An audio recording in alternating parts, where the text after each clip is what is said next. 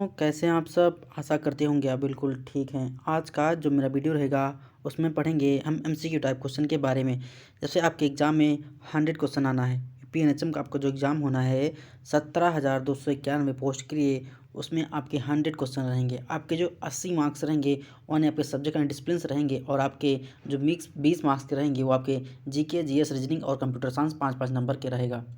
ठीक है, तो इसमें हम जनरली 80 क्वेश्चन भी करेंगे और आपका जो अदरवाइज जो सब्जेक्ट है 20 नंबर का वो भी करेंगे। ठीक है, तो चलिए स्टार्ट करते हैं आज का वीडियो बिना किसी देरी के। अगर आप हमारे चैनल पर नए हैं तो प्लीज़ चैनल को लाइक करिए, शेयर करिए, सब्सक्राइब करिए और देखते रहिए हमारा यूट्यूब चैनल। समय कितना हो रहा है?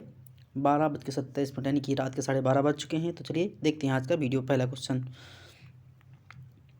मनोदशा मूड को स्थिर करने वाला एजेंट है। जो हमारा मनोदशा होता है यानी कि जिससे हमारा मूड स्थिर रहता है, कंट्रोल रहता है, वो हमारा कौन सा धातु होती है? तो हमारी होती है लिथियम धातु। तो ऑप्शन नंबर डी यहाँ पर करेक्ट हो जाएगा। Option number D is the right answer. Next देखेंगे, आत्महत्या की प्रवृत्ति वाले व्यक्तियों के संबंध में कौन सा कथन सत्य है? आपको सही कथन देखना है। आत्महत्या बिना चेतावनी के घटित होती है, गलत। चेतावनी होती है, गलत हो जाएगा। एक बार आत्महत्या की प्रवृत्ति वाला व्यक्ति हमेशा आत्महत्या के लिए प्रवृत्त नहीं होगा, ये भी गलत है। अधिकांश आत्महत्या वाले व्यक्ति मरने व जीने के संबंध में अनिर्णय स्थिति में रहते हैं, यानी वो निर्णय नहीं ले पाते। तो यहाँ पर ऑप्शन नंबर ये हमारा सही हो जाएगा। आत्महत्या करने वाले व्यक्ति पूर्व से मरने के प्रवृत्त रहते हैं, ये गलत बात है। तो यहाँ पर सही पूछा है तो ऑप्शन नंबर सी सही हो जाएगा। अधिकांश आत्महत्या करने वाले व्यक्ति मरने व जीने के संबंध में अनिर्णय स्थिति में रहते हैं। ठीक है, मतलब निर्णय नहीं ले पाते हैं कि मरे या जिए। ठीक है, तो ऑप्शन नंबर यहाँ पर सी सही हो जाएगा। नेक्स्ट है, नहीं मैं नहीं प्रतिक्रिया मृत्यु की कौन सी अवस्था में दिखाई देती है? कौन सी अवस्थिति में दिखाई देती है? वो हमारी इनकार में होती है। मतलब कि नहीं मैं नहीं मतलब क्या है? डिनाई करते हैं, डिनियल बोलते हैं, इंग्लिश में उसे डिनाई बोला जाता है। तो इसी से डिनियल बनाया, यानी कि ऑप्शन नंबर सी हमारा सही हो जाएगा, इनकार। नेक्स्ट देखेंगे, मैनिक एपिसोड में मनोदशा में एक बहुत गंभीर चरम सीमा है। किस चीज़ की चरम सीमा है? तो ये हमारा ऑप्शन नंबर सी जो हमारा अतिशयोक्ति होती है, ये हमारी मैनिक एपिसोड में मनोदशा का बहुत ही चरम सीमा होता है। तो ऑप्शन नंबर सी हमारा करेक्ट हो जाएगा। अच्छा, कुछ लोगों को ये कठिन लग रहे होंगे, क्वेश्चन कठिन लग रहे होंगे, तो मैं बता दूं अब अपने चैनल पर हम यूपीएनएचएम की क्लासें भी करेंगे। हिस्ट्री से हमारा जीके जिस पूछा जाएगा ना 5 नंबर का, तो history, geography, polity, economy, science हम सब डिस्कस करेंगे। रीजनिंग भी टॉपिक भी डिस्कस करेंगे जो आपके एग्जाम में आने हैं। कंप्यूटर की भी डिस्कस कर चुके हैं। कंप्यूटर की ऑलरेडी 5 क्लास हो चुकी हैं, तो आप उसको हमारे चैनल पर जाकर देख सकते हैं। 5 क्लास ऑलरेडी अपलोड हैं, चैप्टर वाइज और पार्ट वाइज, यानी कि 1 2 3 4 5 करके ऐड है। ज़्यादा बस नहीं, मुश्किल से 20-25 मिनट की एक क्लास होती है, तो आप उसके 2 की स्पीड में देखेंगे तो देख डालेंगे 1-2 घंटे में। ठीक है, तो ज़्यादा नहीं है, उतना करके ले जाएंगे तो एग्ज़ाम में आपके 5 नंबर जो हमारा आना है हर हाल में 5 नंबर कंप्यूटर का, वो कहीं नहीं जाएगा। अच्छा देखो, कुछ लोगों को कर रहा हो कि हम 20 नंबर छोड़ देंगे, तो आप 20 नंबर अगर छोड़ेंगे तो आपका जो स्कोर है वो कम हो जाएगा। क्योंकि क्या होगा, कुछ ऐसे लोग होते हैं जो कंपटीशन की तैयारी करते रहते हैं, उनको जीके, जीएस, रीजनिंग, कंप्यूटर सब आता है, तो वो 20 में से 20 नंबर ले आएंगे और आप रह जाएंगे, इसलिए कंपटीशन से आप बाहर हो जाएंगे। इसलिए ज़्यादा अच्छा है कि अभी का एग्ज़ाम नहीं हुआ है। और हाँ, आपको बता दूँ, यूपीएनएचएम का जो एग्ज़ाम होता है 2.5 महीने के अंदर एग्ज़ाम कंडक्ट हो जाता है।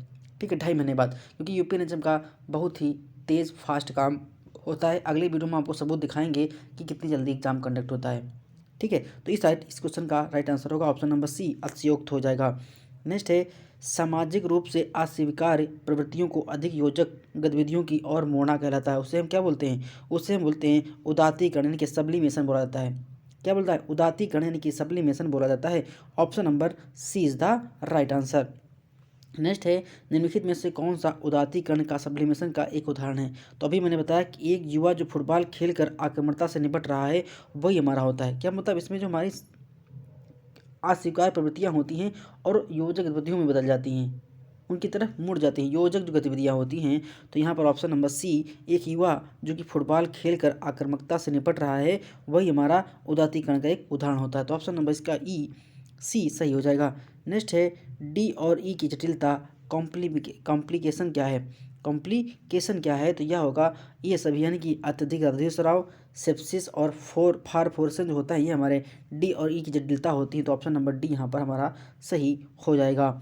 नेक्स्ट है, निम्नलिखित में से महिलाओं में कौन महिलाओं में होने वाले सबसे सामान्य बिनाइन ठोस ट्यूमर यानी कि बिनाइन जो हमारा सॉलिड ट्यूमर होता है वो क्या होता है, वो हमारा सर्वाइकल का कैंसर होता है यानी कि गर्भाशय का कैंसर होता है। जो हमारा HPV से होता है यानी कि ह्यूमन पैप्लोमा वायरस से हमारा गर्भाशय का कैंसर होता है। HPV वायरस से, HPV क्योंकि कभी कभी पूछा जाता है कि हमारा HPV जो वायरस है इससे हमारा क्या होता है, इससे हमारा गर्भाशय का कैंसर होता है यानी कि सर्वाइकल का कैंसर होता है। तो आपसे अच्छे से नोट डाउन कर लीजिएगा, option number D is the right answer, cervical का कैंसर।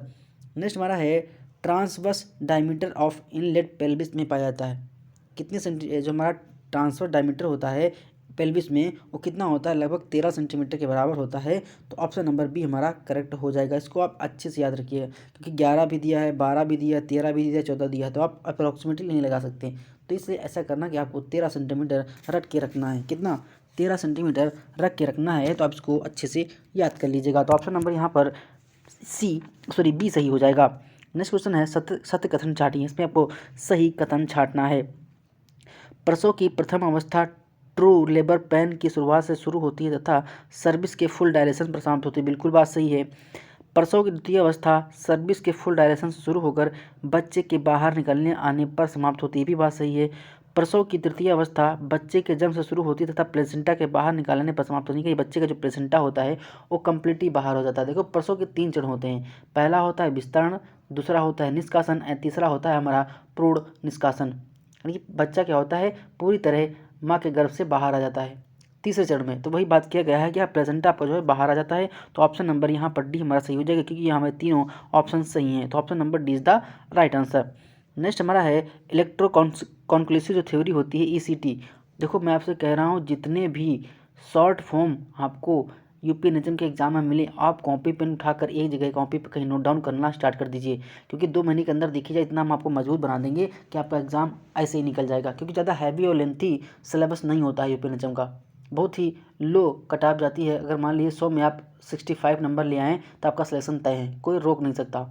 ठीक है, क्योंकि क्या है जो इस क्षेत्र में जो लड़कियां रहती हैं, क्योंकि लड़की फॉर्म डाली होती हैं NHM और स्टाफ नर्स का, तो उसमें क्या होता है कि लड़कियों को बहुत सारे मतलब कोई लड़की होती है जो गांव स्तर पे हो तो नहीं पढ़ पाती है या फिर वो कहीं जॉब कर रही हो प्राइवेट हॉस्पिटल में या गवर्नमेंट हॉस्पिटल में, तो ऐसा होता है कि वो तैयारी नहीं कर पा रही होती। तो इस क्षेत्र में कंपटीशन थोड़ा कम रहता है क्योंकि अदर क्षेत्र के लड़के इसमें फॉर्म नहीं भर पाते, इसलिए कंपटीशन कम रहता है। तो इसके पास आपके पास गोल्डन अपॉर्चुनिटी है इस एग्ज़ाम को क्रैक करने की। तो इस एग्ज़ाम को आप आसानी से क्रैक कर सकते हैं। रही बात एक कॉन्ट्रैक्ट बेस वाली जॉब है यानी कि संविदा बेस वाली जॉब है, अब मैं आपको बता दूं हकीकत ये है कि आजकल प्राइवेट जॉब भी नहीं मिल रही है। गवर्नमेंट की तो बात ही छोड़ दीजिए, संविदा की तो बात ही छोड़ दीजिए। इसलिए आज जो मिल रहा है उसको अच्छे से पढ़ते रहिए और आपके पास सुनहरा अवसर है इस जॉब को क्रैक करने का, इस एग्ज़ाम को क्रैक करने का। ठीक है, जब तक तोड़ेंगे नहीं तब तक छोड़ेंगे नहीं। ये मांझी की क्या है, एक मांझी हमारी आई थी उसकी क्या डायलॉग है। ठीक है, तो इलेक्ट्रोकॉन्क्लूसिव जो थ्योरी होती है ECT का जो फुल फॉर्म है आप उसको लिख लीजिएगा। ये हमारा जो होता है जो बढ़े हुए इंट्राक्रैनियल प्रेशर होता है उसको जांचने के लिए ये निषेध है। तो ऑप्शन नंबर बी हमारा ए हमारा सही हो जाएगा। Option number A is the right answer. Next है डायबिटिक व्यक्ति का व्यवहार जो कि नियमित रूप से मिठाई खा रहा है इंगित करता है, क्या इंगित करता है, डेनियल इनकार को इंगित करता है।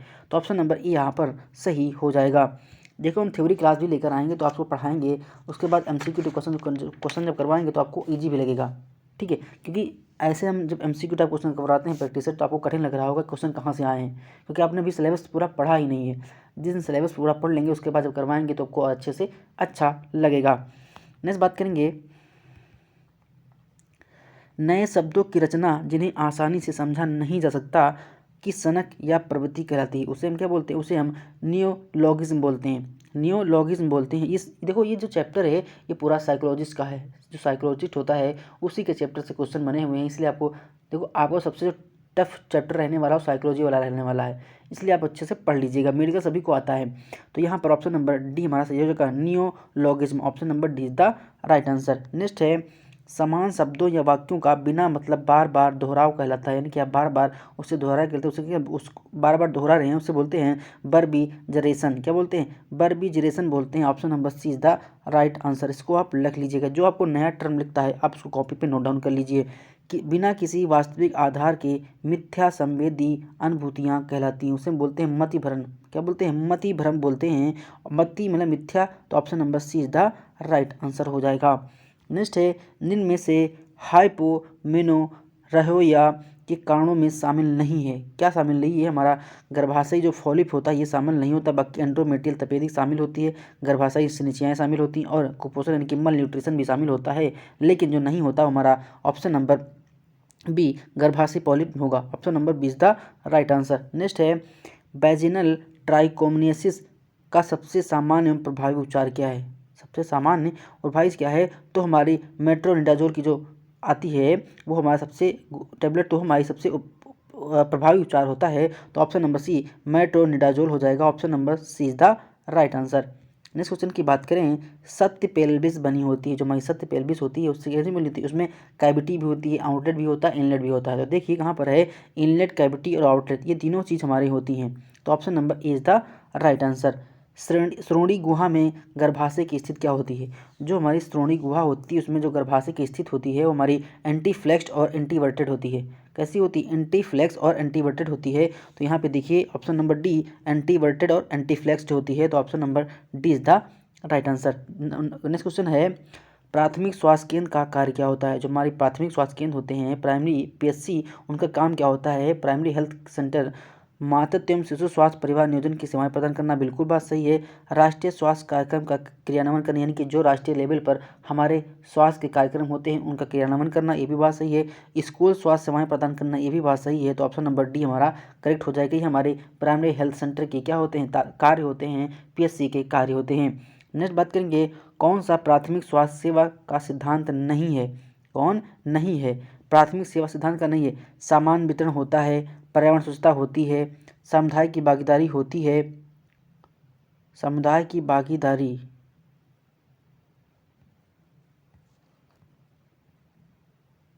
देखो इसमें समुदाय की सिद्धांत नहीं है। समान तो वितरण होता है, पर्यावरण स्वच्छता की बात होती है, लेकिन समुदाय की भागीदारी नहीं होती, कम्युनिटी की भागीदारी नहीं होती है। तो यहाँ पर right answer option number C हो जाएगा कि कम्युनिटी की कोई भागीदारी नहीं होती है। तो ऑप्शन नंबर सी हमारा सही हो जाएगा। नेक्स्ट है मानव विकास सूचकांक में सम्मिलित नहीं है पूछा है। तो इसमें क्या सम्मिलित नहीं होता है? इसमें देखो हम बात करेंगे शिक्षा की, शिक्षा सम्मिलित होती है, ठीक है। लाइफ एक्सपेक्टेंसी होती है यानी कि जीवन काल की प्रत्याशा होती है, और प्रति आय बाय यानी कि 3 इसके सूचकांक होते हैं, प्रति व्यक्ति आय, जीवन प्रत्याशा और शिक्षा।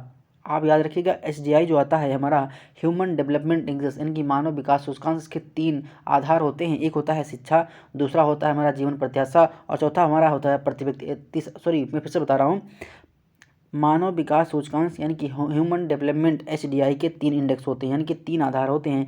पहला होता है हमारा शिक्षा, दूसरा हमारा होता है प्रति व्यक्ति आय और तीसरा हमारा होता है जीवन प्रत्याशा, यानी कि 1 वर्ष की आयु में जीवन की संभावना, यानी कि ये 3 ऊपर के होते हैं, लेकिन प्रौढ़ शिक्षा दर नहीं होती है। तो ऑप्शन नंबर डी यहाँ पर नहीं पूछा है, तो ऑप्शन नंबर डी हो जाएगा। तो पहले फिर से बता रहा हूँ, मानव विकास सूचकांक के 3 आधार होते हैं। पहला होता है शिक्षा, दूसरा होता है जीवन प्रत्याशा और चौथा हमारा तीसरा होता है हमारा प्रति व्यक्ति आय। तो ऐसा आप याद कर लीजिएगा।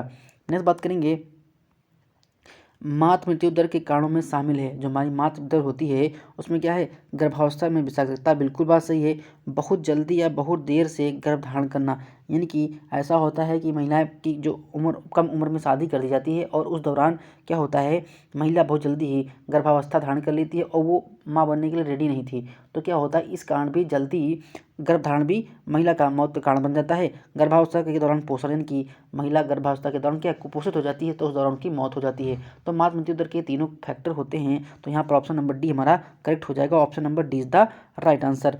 नेक्स्ट है देश का महत्वपूर्ण स्वास्थ्य संकेतक स्तर क्या है? देश का महत्वपूर्ण स्वास्थ्य संकेतक स्तर क्या है? तो ये होता है कि जन्म के समय जीवन काल की जो संभावना होती है, ये देश का महत्वपूर्ण स्वास्थ्य संकेतक स्तर होता है। तो ऑप्शन नंबर ई यहाँ पर सही हो जाएगा। Option number is the right answer. Next है निम्नलिखित में से स्वयं सहायता एजेंसी यानी कि वॉलंटरी हेल्थ एजेंसी नहीं है। नहीं है, देखो इसमें कौन सी नहीं है? तो देखो इसमें जो इंडियन रेड क्रॉस सोसाइटी ये हमारी होती है एजेंसी, हिंद कुष्ठ निवारण डोस ये भी हमारा स्वास्थ्य एजेंसी है, टीबी एसोसिएशन ऑफ इंडिया ये भी हमारी है, लेकिन इंडियन नर्सिंग काउंसिलिंग ये नहीं है, ये नहीं है। तो ऑप्शन नंबर डी यहाँ पर सही हो जाएगा। नेक्स्ट हमारा है इंडियन रेड क्रॉस सोसाइटी की स्थापना कब हुई? ये क्वेश्चन बहुत बार पूछा जाता है, ये क्वेश्चन बहुत बार पूछा जाता है क्योंकि ये हमारी आज़ादी से पहले इंडियन रेड क्रॉस सोसाइटी की स्थापना हुई थी। तो ये 1920 में हुई थी। तो ऑप्शन नंबर ए यहाँ पर सही हो जाएगा। नेक्स्ट है प्रसव पूर्व गर्भवती महिला धूम्रपान करती है तो इसका क्या हो जाएगा? यानी कि गर्भावस्था में अगर महिला धूम्रपान करती है तो उस स्थिति में क्या होगा, ऑप्शन नंबर डी, एक्रोमेगेली हो जाएगी। इसमें जो होता है कि बच्चा क्या हो जाए, जब बच्चा होगा गर्भ के अंदर उसको धूम्रपान प्रभावित कर देगा और बच्चे के अंदर किसी अंग की विक्षिप्ति हो सकती है या मिसकैरेज हो सकता है। तो ऑप्शन नंबर डी यहाँ पर सही हो जाएगा। नेक्स्ट है, बच्चों के निर्जलीकरण का विश्वसनीय संकेतक नहीं है। विश्वसनीय संकेतक नहीं है तो यहाँ पर जो पूछता है प्यास, ये नहीं होता है, ये संकेतक नहीं होता है। बाकी अगर निर्जलीकरण होता है तो बच्चा क्या करेगा, उसकी जो त्वचा होगी वो सफ़ेद हो जाएगी, मुख की शुष्क म्यूकोसा यानी कि उसका जो मुंह होगा वो सूखा सूखा रहेगा, और अल्पमूत्र यानी कि जो यूरिन त्याग करेगा वो भी कम करेगा। जब बच्चे में निर्जलीकरण मतलब होता है उसके शरीर में पानी की कमी होगा। लेकिन संकेतक क्या है, प्यास नहीं है, क्या संकेतक किसी प्रकार का नहीं होता है। मतलब संकेतक मतलब दिखाई देना, संकेत के लक्षण, ठीक है। तो हमारा मुंह सूखा रहेगा, अल्प मूत्रता यानी कि बच्चा कम यूरिन त्याग करेगा, और उसकी त्वचा होगी वो सफ़ेद हो जाएगी। तो ये हमारे संकेतक होते हैं, लेकिन जो प्यास होती है संकेतक नहीं होती है। 1 से 6 माह के शिशु में डायरिया के लिए आरंभिक तरल क्या है। अगर बच्चे में डायरिया होती है तो वहाँ पर हम कौन सा तरल देते हैं, वहाँ पर हम ORS देते हैं। और ORS का जो फुल फॉर्म होता है, आप कमेंट बॉक्स में नीचे ORS का फुल फॉर्म बताइएगा कि ORS का फुल फॉर्म क्या होता है। नेक्स्ट क्वेश्चन की बात करें, 1 से 6 माह के शिशु को प्रतिदिन थायमीन की कितनी खुराक मिलनी चाहिए। थायमीन की कितनी, अच्छा पहली बात, थायमीन किस विटामिन का रासायनिक नाम होता है। तो विटामिन ए का जो रासायनिक नाम होता है रेटिनाइल होता है, और विटामिन बी का जो रासायनिक नाम होता है उसे हम थायमीन बोलते हैं। ठीक, ऐसे याद करेंगे। तो 1 से जो 6 माह के बच्चे को दिन में लगभग कितनी थायमीन देनी चाहिए, तो 0 से 2 मिलीग्राम देनी चाहिए प्रतिदिन। तो option number C is the right answer. Next है, उपकेंद्र के अंतर्गत आबादी आती है। जो हमारा उपकेंद्र होता है उसके अंदर जो आबादी कितनी आती है, लगभग 3000 से 5000 की जहाँ की संख्या होगी वहाँ पर एक उपकेंद्र बनेगा। तो option number A is the right answer.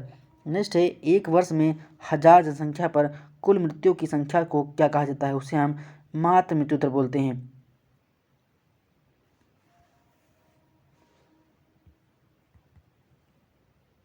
तो यहाँ पर राइट आंसर हो जाएगा option number B is the right answer. Bharat में मानव विकास का इंडेक्स क्या रहा है। जो भारत में मानव विकास का जो इंडेक्स होता है वो क्या है, वो हमारा 0.6545 होता है। तो ऑप्शन नंबर बी हो जाएगा। अच्छा, मानव विकास का सूचकांक होता कहाँ तक है, तो वो हमारा 10 पॉइंट तक होता है। तो उसमें 10 पॉइंट में से भारत को 0.645 था। ठीक, ऐसे याद रखेंगे। जनरल फर्टिलिटी रेट को कैसे परिभाषित कर देंगे। जो हमारा जनरल फर्टिलिटी रेट होता है उसे आप कैसे प्रभावित करेंगे कि एक वर्ष में 1000 प्रजनन आयु की महिलाओं पर कुल जीवित जो बच्चों की संख्या वही होती है हमारी जनरल फर्टिलिटी रेट। तो option number C is the correct answer हो जाएगा। नेक्स्ट है, 50,000 की जनसंख्या पर PSC होना चाहिए एवं एक PSC 16 उपकेंद्रों में विभाजित होनी चाहिए। यह किस कमेटी की सिफारिश पे थी, यानी कि यह कौन सी कमेटी थी। तो वहाँ पर जो हमारी करतार सिंह कमेटी आई थी उसमें ये चीज़ कही गई थी। तो जो करतार कमेटी है उस कमेटी की रिपोर्ट पर यह बताया गया था कि जो 50,000 संख्या पर PSC होनी चाहिए और PSC हो हमारी 16 उपकेंद्रों में विभाजित हो। तो ये कमेटी हमारी करतार सिंह की कमेटी थी। तो option number C is the right answer. आज मैंने कमेटी का वीडियो अपलोड कर दिया है, जो लोग देखना चाहें उसे देख सकते हैं। नेक्स्ट हमारा है, प्रसवकालीन अवधि मेल खाती है। जो हमारी प्रसवकालीन अवधि होती है वो किससे मेल खाती है, तो हमारी ऑप्शन नंबर ए, गर्भकाल से 28 सप्ताह से जन्म के 7 दिन तक की जो बाद की अवधि होती है हमारी प्रसवकालीन अवधि होती है। तो ऑप्शन नंबर ई हमारा यहाँ पर सही हो जाएगा। नेक्स्ट है, child survival and safe motherhood programme का प्रतिस्थापन किया था। कौन सा प्रतिस्थापन किया था, तो हमारी RCH किया था। कौन किया था, RCH का था। अब मैंने पिछले वीडियो में RCH का फुल फॉर्म बताया था, आप कमेंट बॉक्स में RCH का फुल फॉर्म बताइएगा। नेक्स्ट है, नेक्रोटाइजिंग एंट्रोकोलाइटिस कौन सा विटामिन उत्पन्न करता है। कौन सा विटामिन उत्पन्न करता है, तो ऑप्शन नंबर बी हमारा सही हो जाएगा, विटामिन ई। अच्छा, विटामिन ई को हम दूसरे नाम से और बोलते हैं, इसे हम ब्यूटी विटामिन कहते हैं। किसे कहते हैं, ब्यूटी विटामिन बोलते हैं विटामिन ई को। तो ऑप्शन नंबर यहाँ पर भी हमारा सही हो जाएगा। केवल माँ का दूध पीने वाले 1.5 वर्ष के बच्चे में कमी हो सकती है। किस प्रकार की कमी हो जाएगी, उसमें प्रोटीन की कमी हो जाएगी। क्या हो जाएगी, प्रोटीन की कमी हो जाएगी। तो option number D is the right answer. अच्छा, जो माँ का पहला गाढ़ा पीला दूध होता है उसे कोलेस्ट्रॉम बोलते हैं, लेकिन हिंदी में उसे क्या बोला जाता है। माँ का जो पहला गाढ़ा पीला दूध होता है उसे हम कोलेस्ट्रॉम इंग्लिश में बोलते हैं, और हिंदी में उसे क्या बोला जाता है, कमेंट में जरूर बताइएगा। नेक्स्ट है, वृद्धि व विकास के सिद्धांतों को विचार करते समय याद रखें कि क्या याद रखें कि यद्यपि विकास एक क्रमबद्ध तरह से होता है, लेकिन दर व्यक्तियों के बीच भिन्न हो सकती है। ये बात बिल्कुल सही है, विकास एक क्रमबद्ध तरीके से होगा, लेकिन जो दर होगी वो व्यक्तियों में भिन्न हो सकती है। किसी में विकास दर होगी वो तेज होगी, किसी में विकास दर निम्न होगी। तो क्या है, विकास दर की जो स्थिति है वो भिन्न हो सकती है, लेकिन जो विकास होगा वो क्रमबद्ध तरीके से होगा। तो ऑप्शन नंबर यहाँ पर डी हमारा करेक्ट हो जाएगा। नेक्स्ट है, 5 वर्षीय बच्चों के शारीरिक विकास का आकलन करते समय यह असामान्य है कि वह सीढ़ियाँ चढ़ते समय एक समय पर एक स्टेप चढ़ेगा। ये चीज़ बात सही होती है। तो option number D is the, ये सब सारे जो हमारा साइकोलॉजी है उसके क्वेश्चन हैं। चिकित्सीय लक्षण जो कि मरीज के निकट मृत्यु की ओर इंगित करती है, उसे हम क्या बोलते हैं? उसे हम एपनिया या अनियमित श्वसन के दौर बोलते हैं। तो option number C is the right answer. Next है, मानक सावधानियों के अनुसार सुरक्षात्मक आईवीआर के प्रयोग की आवश्यकता है जब शारीरिक द्रव के छोटे छींटों का जोखिम हो, यानी कि कोई द्रव होते हैं उनके छींटों का जब जोखिम हो तो वहाँ पर आप आईवीआर पहन सकते हैं, यानी कि ग्लासेस लगा सकते हैं, चश्मा उश्मा। ठीक है, तो ऑप्शन नंबर यहाँ पर भी हमारा करेक्ट हो जाएगा। नेक्स्ट है, निम्नलिखित में से कौन से कार्य के लिए रजिस्टर्ड नर्स की आवश्यकता नहीं है बल्कि घरेलू सहायक को दिया जाता है, यानी कि जो हमारी नर्स की आवश्यकता नहीं होती है वहाँ पर जो हमारा घरेलू स्वास्थ्य सहायक होता है वो कर सकता है। तो क्या है, औषधियों के बारे में मरीज को शिक्षित करना। औषधियाँ बता सकता है कि आप ऐसे सुबह खाइए, शाम को खाइए, ऐसे बता सकता है। तो ऑप्शन नंबर ए यहाँ पर सही हो जाएगा। नेक्स्ट क्वेश्चन क्या है, आकलन का प्रकार जिसमें मरीज की वर्तमान स्थिति की तुलना पूर्व में प्राप्त किए गए बेस लाइन डाटा से की जाती है, वो क्या कहलाता है? वो हमारा टाइम लेफ्ट पूर्ण आकलन कहलाता है, टाइम लेफ्ट। तो ऑप्शन नंबर डी यहाँ पर हमारा सही हो जाएगा। ठीक है, नेक्स्ट क्वेश्चन देखते हैं क्या है, स्वमूल्यांकन का एक रूप जो कि नर्स को व्यक्तिगत यानी कि पर्सनल कार्य संपादन के आकलन एवं प्रैक्टिस के मापदंड के बारे में फैसला लेने में सहायता करता है, उसे हम क्या बोलते हैं? उसे हम रिप्रेशन बोलते हैं। तो ऑप्शन नंबर ए हमारा यहाँ पर सही हो जाएगा, उसे हम रिप्रेशन बोला जाता है। नेक्स्ट है, वर्निक रोग एवं बेरी के प्रबंध में सम्मिलित है। बेरी देखो, विटामिन बी का नाम होता है थायमिन, और थायमिन से विटामिन बेरी होता है। तो यहाँ पर ऑप्शन नंबर सी हमारा सही हो जाएगा। विटामिन ए का नाम होता है रेटिनॉल, विटामिन बी का नाम होता है क्या? थायमिन, और विटामिन सी का एस्कॉर्बिक, और डी का आप कमेंट बॉक्स में बताइएगा। ऐसे विटामिन पढ़ाएंगे बहुत अच्छे से। नेक्स्ट हमारा है, आयरन का सबसे संपन्न स्रोत है। जो हमारा आयरन होता है वो सबसे ज़्यादा कहाँ मिलता है? पालक में। पालक क्या होती है? हमारी हरी सब्जी होती है। तो ऑप्शन नंबर बी हमारा करेक्ट हो जाएगा। नेक्स्ट है, दालों के पोषण मूल्य में वृद्धि का श्रेष्ठ मार्ग होता है। वृद्धि का श्रेष्ठ मार्ग होता है वो हमारा अंकुरण होता है। जैसे दाल क्या होगी? चना अंकुरण खाएंगे तो आपका जो पाचन क्रिया है वो अच्छी हो जाएगी। ठीक है, तो ऑप्शन नंबर डी यहाँ पर सही हो जाएगा। प्रोटीन की आधारभूत इकाई जो होती है उसे हम बोलते हैं अमीनो अम्ल, जो हमारा प्रोटीन होता है वो हमारा अमीनो अम्ल का बहुलक होता है। तो option number D is the right answer. Next हमारा है, एरिक्सन थ्योरी में किशोरों में डाट का ज्ञान बोध विकसित हो जाता है, उसे हम क्या बोलते हैं? उसे हम पहचान बोलते हैं। पहचान का जो ज्ञान होता है वो विकसित हो जाता है एरिक्सन थ्योरी में। तो option number B is the right answer. Next है, हॉस्पिटल सेटिंग में एक व्यक्ति से दूसरे व्यक्ति को सूक्ष्म जीवों को स्थानांतरण के रोकने की सबसे सामान्य विधि क्या है? वहाँ पर क्या होता है? अच्छी तरह से बार बार हाथ धोएं, सैनिटाइज करते रहें। तो ऑप्शन नंबर ई यहाँ पर हमारा सही हो जाएगा। नेक्स्ट है, निम्नलिखित में से कौन सा नर्स मरीज संबंधों में विश्वास को नहीं बढ़ाएगा? क्या नहीं बढ़ाएगा? उसे हम क्या बोलेंगे? कौन सा नर्स मरीज संबंधों को विश्वास को नहीं बढ़ाएगा? बिना निजता प्रदान किए एक घाव की जांच करना, यही सही है। गोपनीयता बनाए रखना गलत है। वादों को पूरा करना ये भी है। कहे गए समय पर वापस आना, यानी कि ऑप्शन नंबर यहाँ पर ये हमारा सही होगा। बिना निजता प्रदान किए एक घाव की जांच करना, कि अपने बारे में कुछ ना बताए। तो ऑप्शन नंबर इज द, निजता मतलब होता है पर्सनल। रेमिशन से क्या होता है? रेमिशन का जो मतलब होता है वो क्या होता है? रेमिशन का मतलब होता है कि बीमारी उपस्थित हो लेकिन व्यक्ति को लक्षणों का अनुभव नहीं हो, उससे हम रेमिशन बोलते हैं। कि हमको बुखार है लेकिन हमको बुखार का अनुभव ना हो, उससे हम रेमिशन बोलते हैं। क्या बोलते हैं? रेमिशन बोलते हैं। यानी कि हमारे अंदर बुखार था लेकिन हमको महसूस नहीं हो रहा है, अनुभव नहीं हो रहा, तो उसे हम रेमिशन बोलते हैं। तो option number C is the right answer. Next है, निम्नलिखित में से कौन सा नर्सिंग प्रक्रिया के योजना चरण का भाग नहीं है पूछा, क्वेश्चन को पूरा पढ़ना है। तो यहाँ पर जो प्रत्यायोजित देखभाल का पर्यवेक्षण करना, ये प्रक्रिया नहीं होती। तो option number A is the right answer हो जाएगा। Option number A is the right answer. Next question देखेंगे क्या है, सूक्ष्म जीवों को फैलने से रोकने का प्रभावी मार्ग क्या है? अगर कोई सूक्ष्म जीव फैल रहे हैं तो वहाँ पर आप क्या करेंगे? हाथों को सैनिटाइज करेंगे, हाथों को स्वच्छ करेंगे। सूक्ष्म जीवों को फैलने से रोकने का प्रभाव, कि भाई देखो कुछ लोग सोच रहे हैं मास्क पहनेंगे, कुछ लोग दस्ताने पहनेंगे, गाउन पहनेंगे, लेकिन मैं बता दूं देखो हाथ की स्वच्छता, देखो क्या होता है, कभी कभी ऐसा होता है हम कुछ खाते पीते हैं तो हाथों के सीधे थ्रू हमारे मुंह को चला जाता है, लेकिन अगर एयर ड्रॉपलेट नहीं है, हवा में कोई दूषित एयर ड्रॉपलेट नहीं है तो मास्क लगाने से कोई मतलब नहीं है। तो यहाँ पर जो प्रभावी मार्ग कहा गया है तो हमारे हाथों का रहेगा कि हाथों की, कभी कभी होता है कि हाथों से हम खाना खाते हैं, कुछ भी खाते हैं तो डायरेक्ट हमारे मुंह में जाता है। तो इस क्वेश्चन का राइट आंसर हमारा सी सही हो जाएगा। गाउन मतलब क्या होता है? गाउन का होता है गाउन। नेक्स्ट हमारा है, एक नर्स शाकाहारी डाइट लेने वाले एक मरीज का आहारीय आकलन कर रही है। नर्स को कौन से विटामिन से समृद्ध खाद्य पदार्थों पर फोकस करते हुए आहारीय शिक्षा देने की योजना बनानी चाहिए? तो वहाँ पर विटामिन B12 होता है। अच्छा, विटामिन B12 का नाम क्या होता है?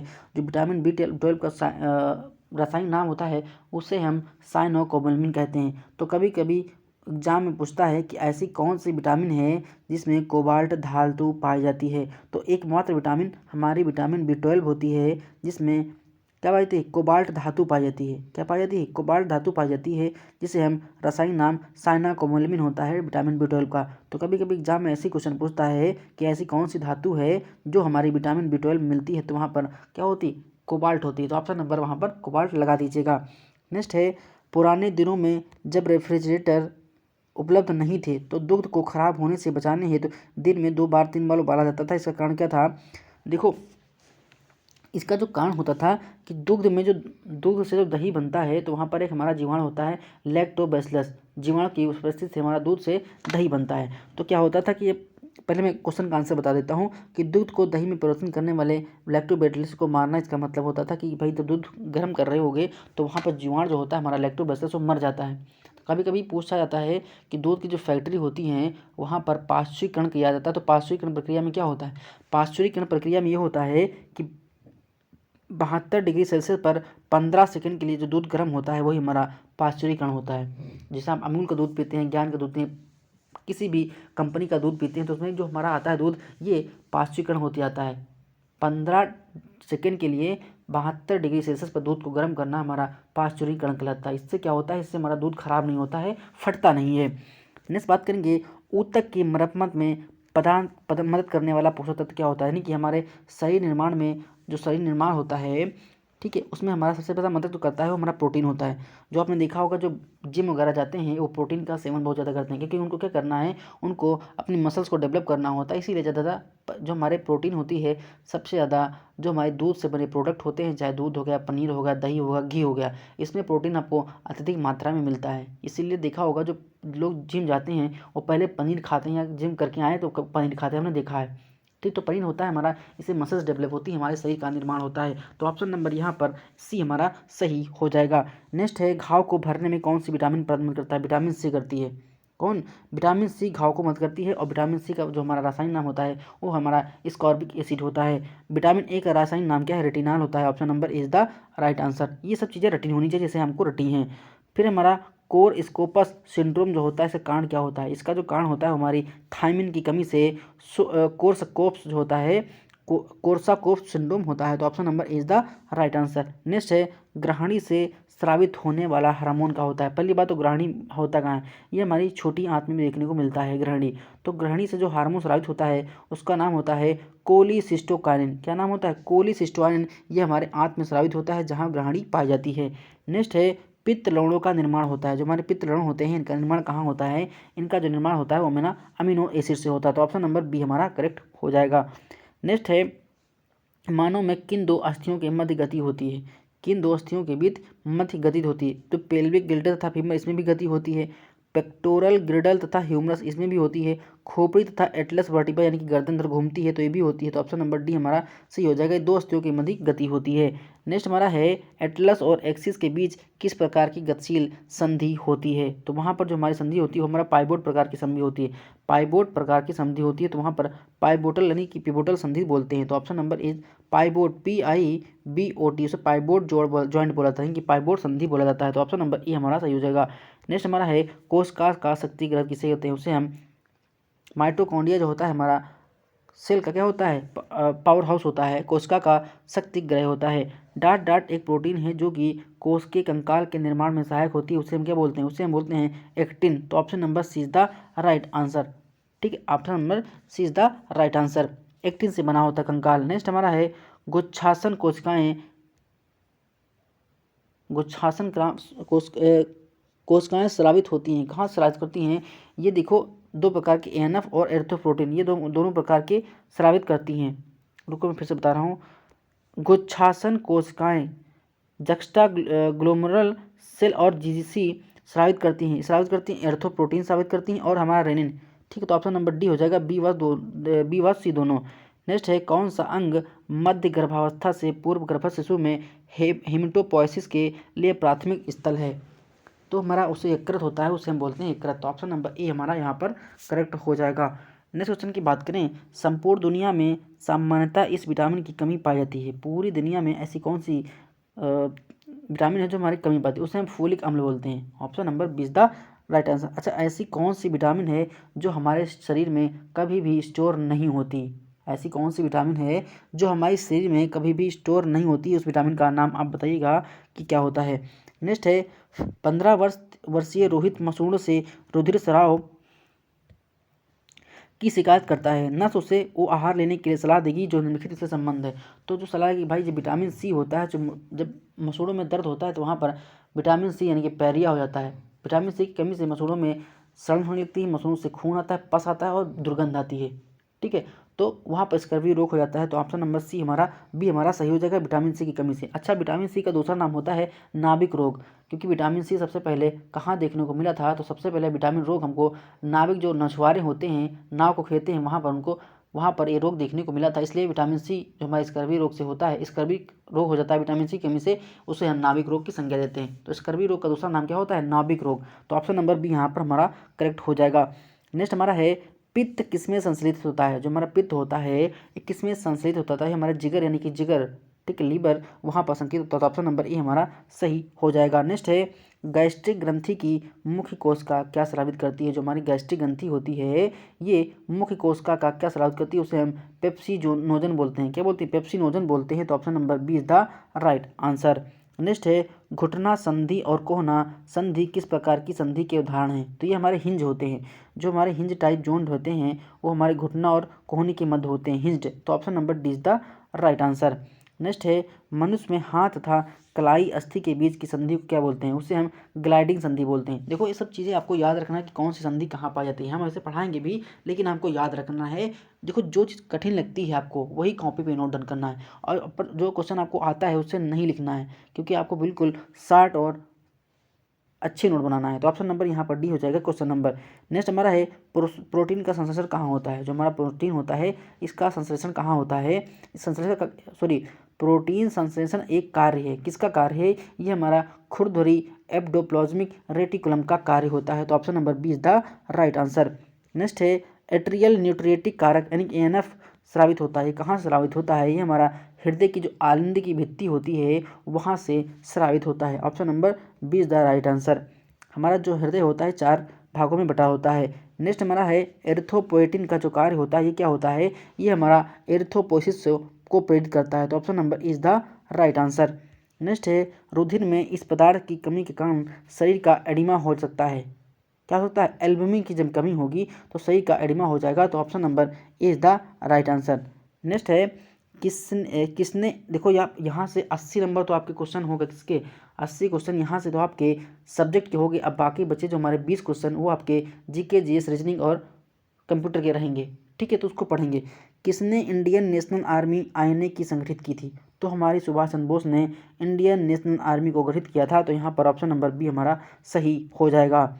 नेक्स्ट है सूर्य के सबसे निकटतम ग्रह हैं, जो उसमें सूर्य के सबसे निकटतम ग्रह होते हैं वो हमारे बुध एवं शुक्र ग्रह हैं। Option number B is the right answer. Next है राज्य का कार्यकारी प्रमुख होता है। राज्य का देखो भारत सरकार का पूछे, केंद्र में पूछे तो वहाँ पर राष्ट्रपति होगा, और राज्य में पूछे कार्यकारी प्रमुख होता है तो वहाँ पर राज्यपाल होता है। जैसे हमारे यहाँ पर उत्तर प्रदेश के राज्यपाल कौन है? आनंदीबेन पटेल हैं। कौन है? आनंदीबेन पटेल हैं। और मुख्यमंत्री कौन है? योगी आदित्यनाथ हैं। इसके पहले कौन थे? तब भी योगी आदित्यनाथ ने। तो 17 से पहले हमारे अखिलेश यादव थे। तो ऐसे थे। मानव रुधिर का पीएच लगभग कितना होता है? जो मानव रुधिर होता है वो हल्का क्षारीय होता है। क्षारीय मतलब 7.4 होगा। एक हमारी पीएच स्केल होती है, पीएच पैमाना होता है, उसमें अगर 7 से कम है तो हमारा अम्लीय होगा, और 7 से ज़्यादा है तो क्षारीय होगा, अगर 7 है तो न्यूट्रल होगा। ठीक है, तो यहाँ पर मानव रुधिर का जो होता है वो 7.4 होता है, हल्का क्षारीय होता है, नमकीन होता है। नेक्स्ट है, क्षेत्रफल की दृष्टि से उत्तर प्रदेश का भारत में कौन सा स्थान है? तो हमारा कितना है? चतुर्थ स्थान है। कौन सा है? चतुर्थ स्थान है। पहले स्थान पर कौन है? तो कमेंट बॉक्स में बताइएगा जरूर। नेक्स्ट है, देखो ये हमारा क्या है, ये क्वेश्चन है मैथ का, कि एक 6 अंकों की ABCD बनने के लिए 1 2 3 4 5 और 6 प्रत्येक एक बार प्रयोग किए जाते हैं। जैसे कि 3 अंकों के लिए ABC 4, BCD 5, CD 3 और CDF 11 द्वारा विभाजित संख्या है, यानी कि इन तीनों संख्या से हमारी कौन सी संख्या विभाजित होती है? अब नीचे थोड़ा देखेंगे हम। तो यहाँ पर हम देखो ऑप्शन नंबर जो सी था उसकी हम तुलना कर रहे हैं ABCD की, यानी कि A का 2, B का 2, C का 3, D का 4, E का 6 और F का 1 दिया हुआ है। तो हम ABC का इन 324 था, इसको हम एक टर्म उठाएंगे और 4 से डिवाइड करेंगे तो पूरा पूरा कट जा रहा है। फिर 245 को उठाएंगे, फिर देखो यहाँ पर 245 पहले हम उठाए 324 को, फिर उठाए 245 को, फिर उठाए 456 को, फिर 561 को, ऐसे उठाएंगे और बारी बारी से 4, 5, 3 और 11 से विभाजित करेंगे। जो संख्या पूरी पूरी कट जाती है वही हमारा राइट आंसर होगा। तो ये संख्या हमारी 32, 45, 61 हमारी कट जा रही है, तो ये हमारी राइट आंसर है।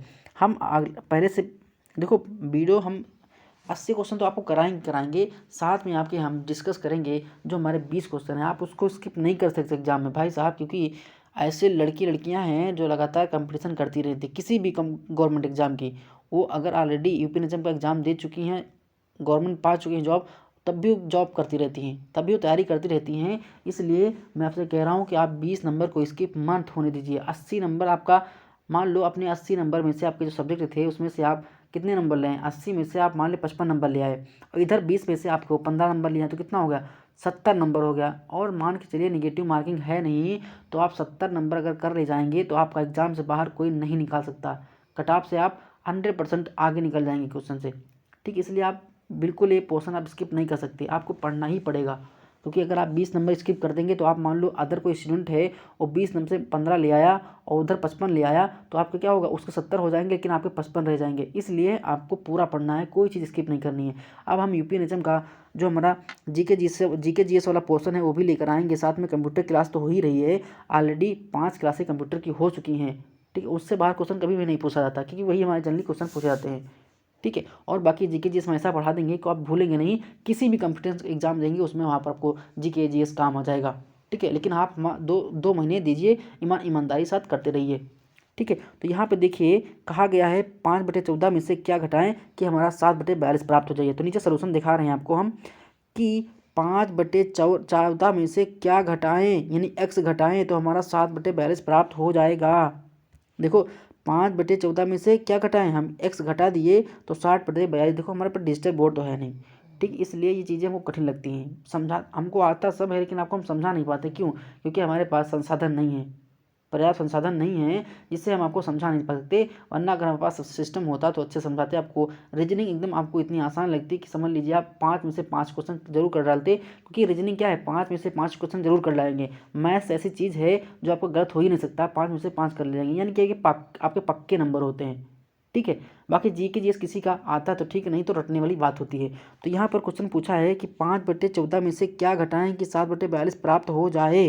तो 5/14 में से x घटाएंगे तो 7/42 हो जाएगा। अब हम x इधर रखेंगे, इधर पक्षांतर करेंगे तो 5/14 जो इधर था ये हमारा 7/42 माइनस हो जाएगा, और यहाँ पर 5/14 माइनस 7/12 हो जाएगा। अब इसका हम 14 और 42 का लासा लेंगे तो 42 लासा आएगा, तो 42 को हम 14 से भाग करेंगे, 14 3 42, तो यहाँ पर 3 हो जाएगा। और यहाँ पर 42 है तो 42 को अगर 1 से भाग 42 को 42 से भाग देंगे तो हमारा 1 बचेगा। तो यहाँ पर 5 3 15 हो जाएगा, और 7 एकम 7 हो जाएगा। अब 15 में से 7 निकालेंगे तो 8 बचेगा, और नीचे हमारा 42 बचेगा। तो 2 से काटेंगे तो 2 को 8 और 2 एकम 2, 2 दूनी 4, 2 एकम 2, तो यहाँ पर आपका 4/21 आंसर आ जाएगा। तो यहाँ पर ऑप्शन नंबर देख लीजिए 4/21 किस में है, तो ऑप्शन सी हमारा करेक्ट हो जाएगा।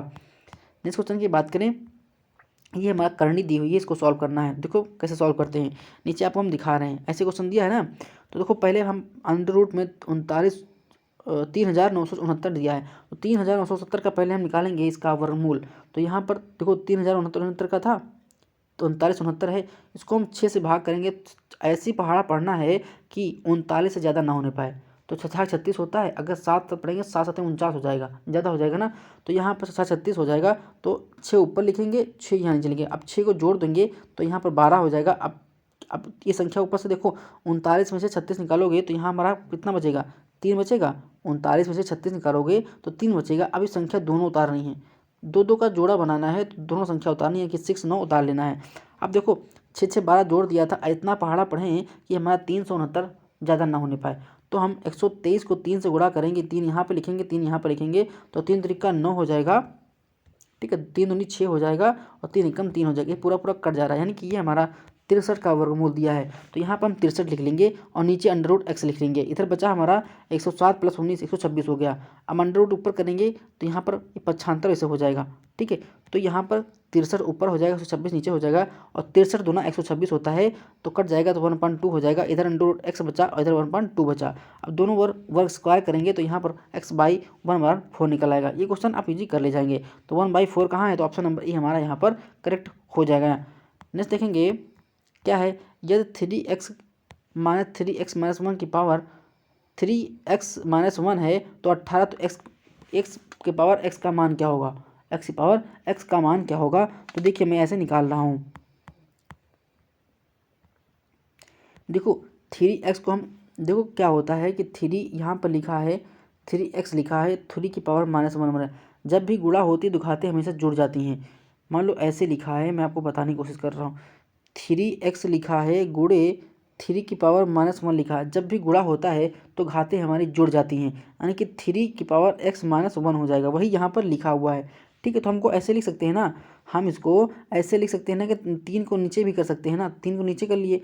अब देखो क्या हुआ, हम इसको मल्टीप्लाई क्रॉस कर दिए तो क्या हुआ, ये 3 मल्टीप्लाई 3x - 3x इंटू 18 हो गया। अब क्या करेंगे, इसमें हम 3 कॉमन ले लिए, यहाँ पर 3x कॉमन लिए तो अंदर बचा 3 - 1 = 54 बच गया, ठीक है। अब हम क्या करेंगे, इसको 3x यहाँ पर हमारा कितना बचा, 2 बचा ना यहाँ पर, तो 2 पक्षांतर करेंगे तो 54 को हम अगर 2 से भाग करेंगे तो हमारा 27 निकल के आएगा, ठीक है। ये चीज़ें होती हैं, तो आप इसको कैलकुलेट करेंगे तो 3x पावर हमारा 27 निकल आएगा। Option number C is the right answer.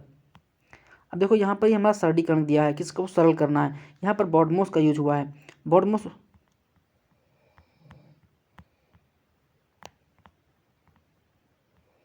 इस क्वेश्चन का राइट, हमने देखो कैलकुलेशन किए थे, उसको इसमें पीडीएफ में लगाना भूल गए। इसका जो राइट आंसर होगा ऑप्शन नंबर बी देख लीजिएगा, ठीक है। चाहे तो नेक्स्ट वीडियो में बता देंगे। नेक्स्ट है, इसको पीडीएफ में लगाना भूल गए हैं, ठीक है। नेक्स्ट देखेंगे, उस विकल्प का चयन करें जो तीसरे शब्द से वैसे संबंधित है जैसे प्रथम शब्द दूसरे। रीजनिंग का क्वेश्चन है। 10 को हम दशमलव बोलते हैं, 2 के हम क्या बोलते हैं, जोड़ी या युग्म। युग्म मतलब होता है जोड़ा, ठीक है। युग्म का मतलब होता है जोड़ा, जिसे हम कपल बोलते हैं, उसे बाइनरी बोला जाता है। तो यहाँ पर 10 मतलब दशमलव और 2 मतलब युग्म, यानी कि जोड़ा। तो option number 20 the right answer. Next है, दिए गए विकल्पों में से विषम शब्द को चुनिए। विषम शब्द को चुनिए, बैंगनी, नीला, गहरा नीला, यानी कि ऐसे रंग होते हैं जिससे हम सफ़ेद को अगर मिला देंगे तो सारे रंग चेंज हो जाएंगे। तो ऑप्शन नंबर डी यहाँ पर सफ़ेद सही हो जाएगा। Option number D is the right answer. Next है, किसी भाषा को अगर हम डब्लू वाटर को इस तरह लिखते हैं, ड्रीम को इस तरह लिखते हैं, तो टाइगर को किस तरह लिखेंगे। तो देखिए यहाँ पर राइट आंसर ऐसे हमको बता रहे हैं। देखो वाटर को हम कैसे लिख रहे थे, वाटर को हम SCW लिख रहे थे। तो क्वेश्चन को ऐसे करना है, क्योंकि हम देखो जो हमारे अंग्रेजी वर्णमाला होती है उसमें A को 1, B को 2, C को 3, D का 4, E का 5, F का 6, G का 7, H का 8, I का 9, J का 10, K का 11, L का 12, M का 13 ऐसे लिखते हैं ना। तो वही प्रकार हम W को 23 लिख लिए। देखो W को हम 23 लिख लिए, A को 1 लिख लिए, यानी कि A हमारा 1 नंबर पे आता है। 20 जो हमारा 20 हमारा 20 नंबर पे, यानी कि T हमारा 20 नंबर पे आता है। E हमारा 5 नंबर पे आता है और हमारा 18 नंबर पे आता है।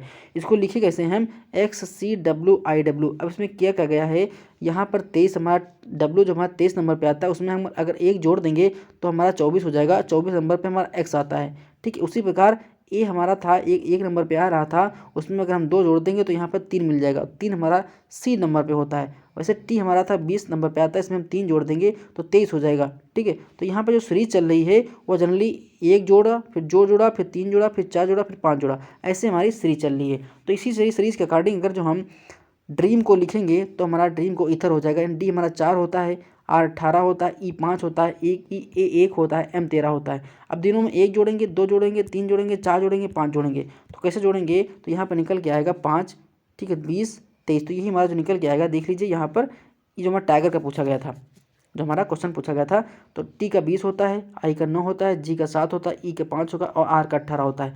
अब इसमें क्या है, इसमें 1 जोड़ेंगे, फिर 2 जोड़ेंगे, फिर 3 जोड़ेंगे, फिर 4 जोड़ेंगे, फिर 5 जोड़ेंगे। तो कैसे होगा, अगर 20 में 1 जोड़ेंगे तो 21 होगा, 21 को हम यू लिखते हैं। 9 को हम अगर 2 जोड़ेंगे 11 हो गया, 11 को हम के लिखते हैं। 7 में से 3 जोड़ेंगे 10 और जे का 10 होता है। ठीक है, 5 में से अगर हम 4 जोड़ेंगे तो 9 हो जाएगा, आई को 9 लिखते हैं। 18 में से 5 जोड़ेंगे 23 हो जाएगा, 23 को हम डब्ल्यू लिखते हैं। तो आंसर होगा यू के जे आई डब्ल्यू। ठीक, यू के आई जे डब्ल्यू, यू के आई जे डब्ल्यू, यू के आई जे डब्ल्यू, यू के आई जे डब्ल्यू। ऑप्शन नंबर यहाँ पर भी आपका सही हो जाएगा, यू के जे आई डब्ल्यू, सॉरी यू के जे आई डब्ल्यू।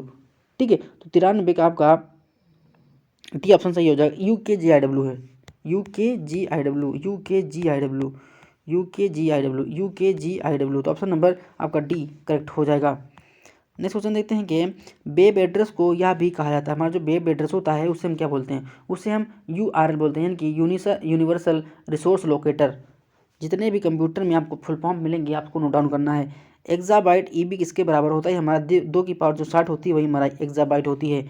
जिन लोगों को PDF चाहिए तो वीडियो के डिस्क्रिप्शन बॉक्स में टेलीग्राम चैनल का लिंक है, आप उस पर क्लिक करके हमारे टेलीग्राम चैनल जुड़ सकते हैं और वहाँ पर आपको PDF मिल जाएगी। PDF को आप डाउनलोड करके प्रिंट आउट करके भी पढ़ सकते हैं। नेक्स्ट हमारा है, किसी वेबसाइट का मुख्य पृष्ठ कहलाता है। जो हमारा वेबसाइट होता है जिसका मुख्य पृष्ठ होता है उसे हम होम पेज बोलते हैं। कहते हैं कि होम पेज पे जाओ, होम पेज पे जाओ, यानी कि मुख्य पृष्ठ पे जाओ। तो ऑप्शन नंबर ए हमारा करेक्ट हो जाएगा।